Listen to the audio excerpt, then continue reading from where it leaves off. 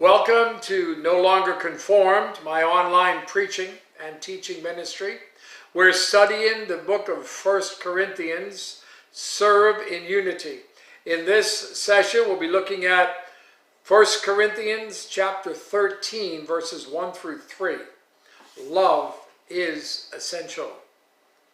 Let's read those verses in 1 Corinthians 13, those first three verses.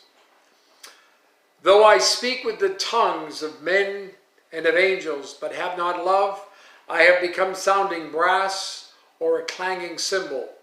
And though I have the gift of prophecy and understand all mysteries and all knowledge, and though I have all faith, though that I could remove mountains, but have not love, I am nothing. And though I bestow all my goods to feed the poor, and though I give my body to be burned, but have not love, it profits me nothing. In those three verses, Paul tells believers that if they do not learn to relate to one another in love, whatever else they do, regardless of their spiritual gifts, means little to God or to others. Spiritual gifts were operating in the church at Corinth, but love was not experienced.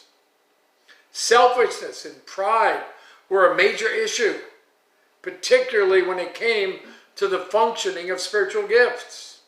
Paul was very direct, writing about a virtue that must be at times both tough and tender. This letter was written to a church full of spiritually gifted people who could not get along. So Paul went right to the heart of the problem. Examination of relationships. Stuart Briscoe wrote, "Human love says, I will love you if. God's love says, I will love you even though." So how do we build and maintain relationships on real love? First, consider relationships without love. Love is the basis, the essence, and the context of a genuine relationship. The apostle points out three truths about relationships that lack love. Relationships without love produce nothing of lasting value. Verse 1, though I speak with the tongues of men and of angels, but have not love, I have become sounding brass or a clanging cymbal. The church of Corinth was full of proud and divisive people who boasted of their spirituality. At the same time, they were taking each other to court and splintering the congregation.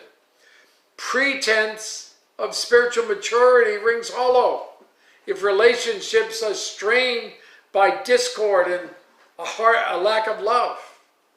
It says, like clanging gongs and cymbals, it becomes painful to hear. A relationship that lacks love produces only disharmony. And then relationships without love become meaningless. Verse 2, and though I have the gift of prophecy and understand all mysteries and all knowledge, and though I have all faith so that I could remove mountains, but have not love, I'm nothing. Spiritual gifts are useless without selfless love. A believer can have amazing spiritual gifts, prophecy, understanding, knowledge, and faith. This would make it easy to assume that person possessed great spiritual maturity.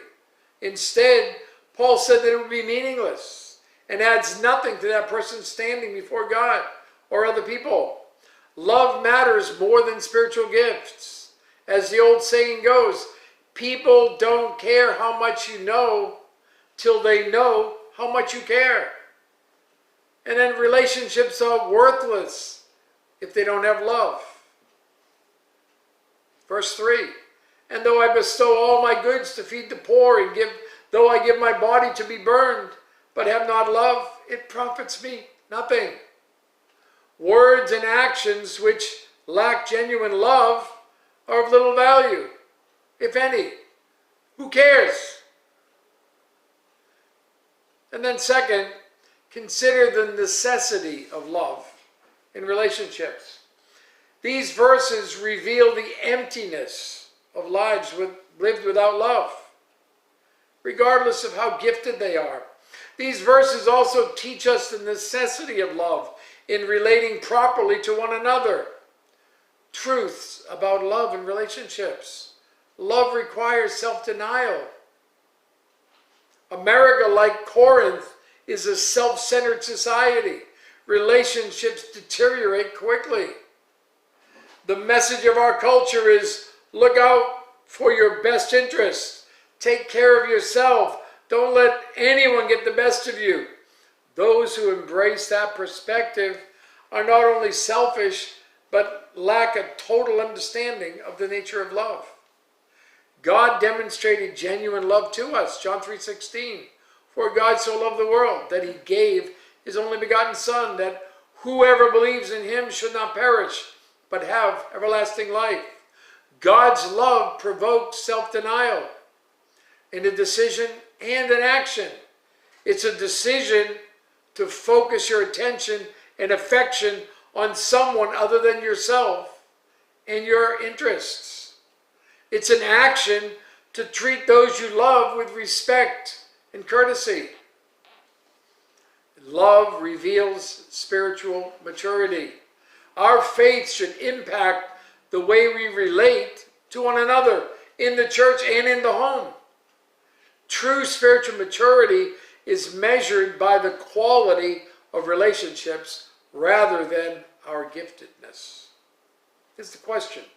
To what degree do we apply God's word to maintain relationships?